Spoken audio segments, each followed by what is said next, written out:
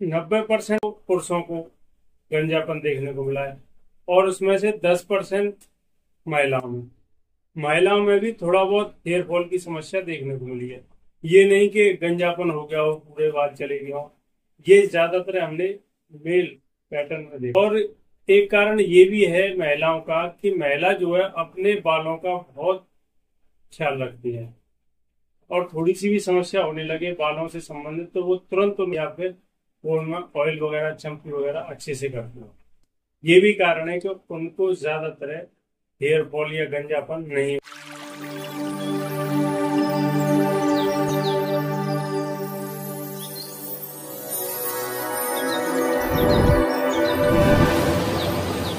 नमस्कार दोस्तों, मेरे चैनल में आप सभी का फिर से स्वागत है।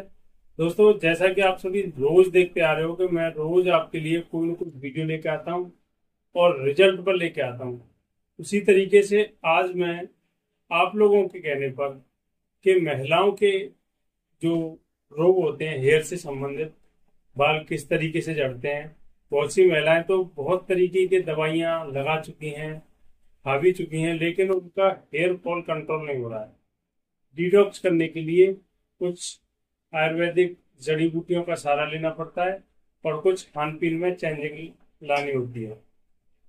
दोस्तों, आज हम समझते हैं कि ये रोग कितने प्रकार के होते हैं और किन किन बीमारियों की वजह से भी हमारे हेयर फॉल होने की संभावना बढ़ जाती है।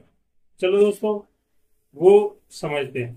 दोस्तों, वैसे हमने देखा है अभी तक के हमारे सफर में, यानी कि हमारे प्रैक्टिस करने के सफर में, कि 90% पुरुषों को गंजापन देखने को मिला है और उसमें से 10% महिलाओं में भी थोड़ा बहुत हेयर फॉल की समस्या देखने को मिली है।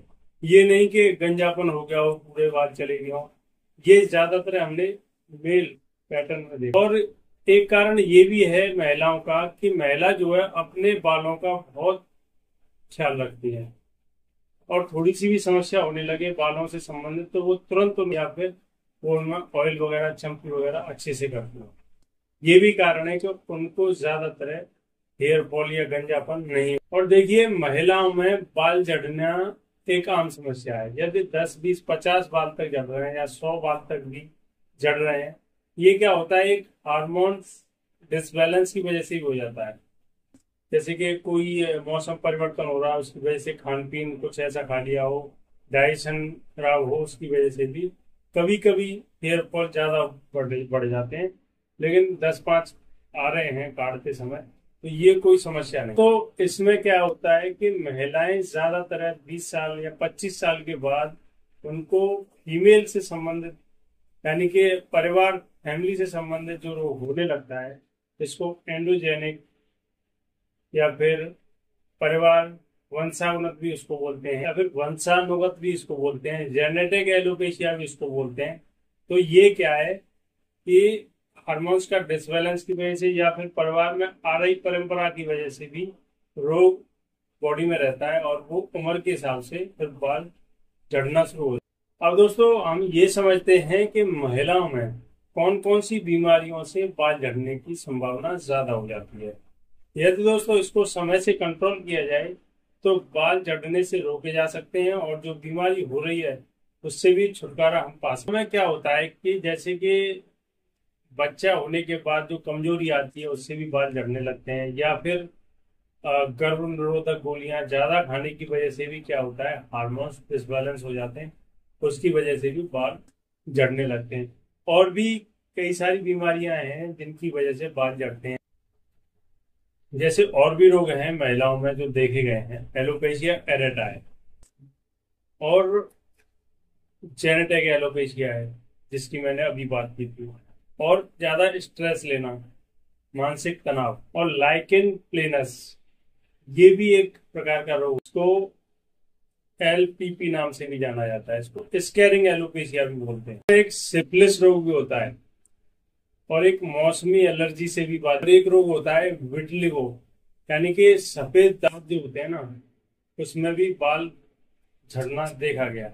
और एक होता है हार्मोन्स डिसबैलेंस, यानी चर्म रोग से भी बाल झड़ते हैं। और दोस्तों, ये जो मैंने रोग अभी आपको बताए हैं, इन रोगों में बाल किस तरीके से झड़ते हैं वो भी, और इसमें थायराइड जो होता है हो जाता है ना, फीमेल्स को थायराइड ज्यादा देखने को मिला है, तो इसमें फीमेल के थायराइड की वजह से बाल झड़ते हैं, ये भी एक समस्या है। तो किस किस कंडीशन में कैसे बाल झड़ते हैं ये समझते हैं। इसमें दोस्तों थायराइड में हाइपोथायराइड और हाइपरथायराइड, ये दो प्रकार के थायराइड होते हैं। इसमें वजन बढ़ना व घटना शामिल है।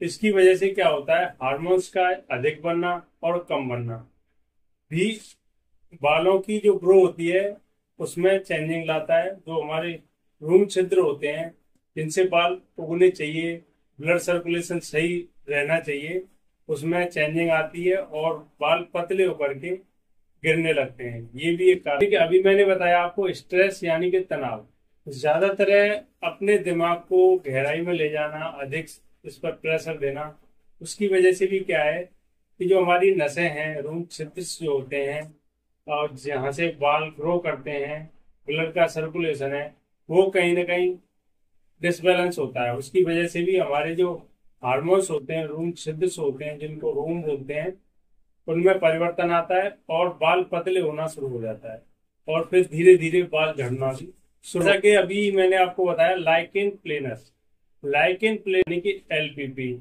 इसको स्कैरिंग एलोपेशिया भी बोलते हैं। इसमें क्या है कि बाल जो होते हैं उनके ऊपर एक ब्लैक कलर की परत सी चढ़ जाती है और एकदम चिकना चिकना दिखाई देता है और वहां से बाल एकदम जड़ें तक नहीं दिखाई देती, एकदम चिकना दिखाई देता है।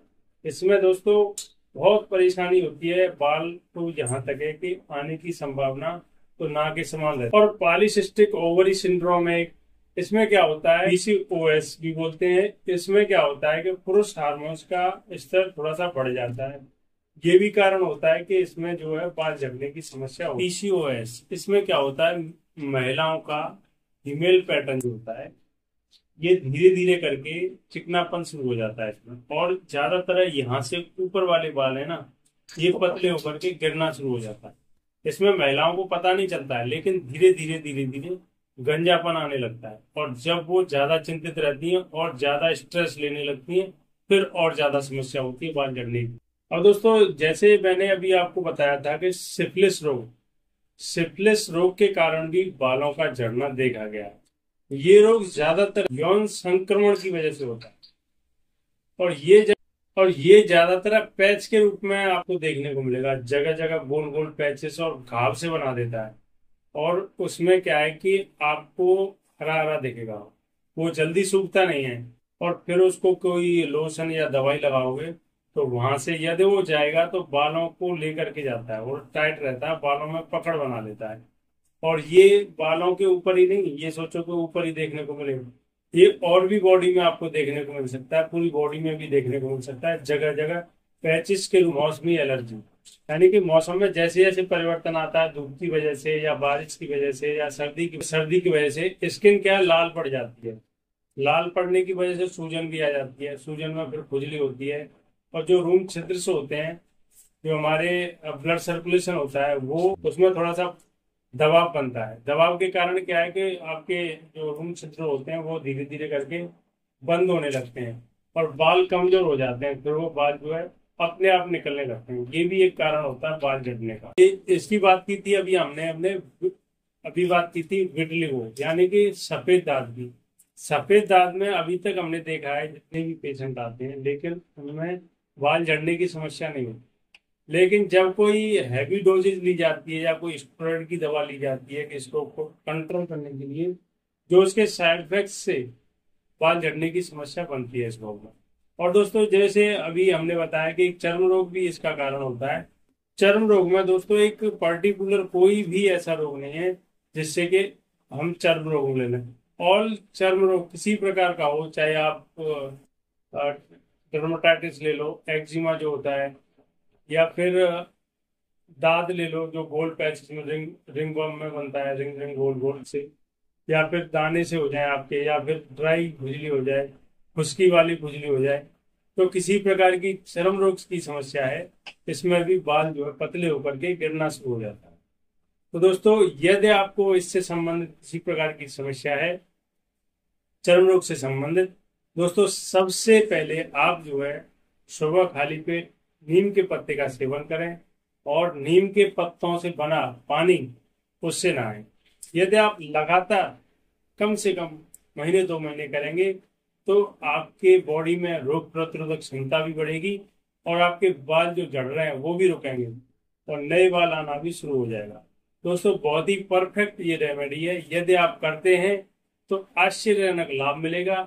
दोस्तों इसके लिए बॉडी में किस प्रकार की कमी है, बॉडी आपकी गर्म है ठंडी है, ये भी देखना बहुत जरूरी होता है।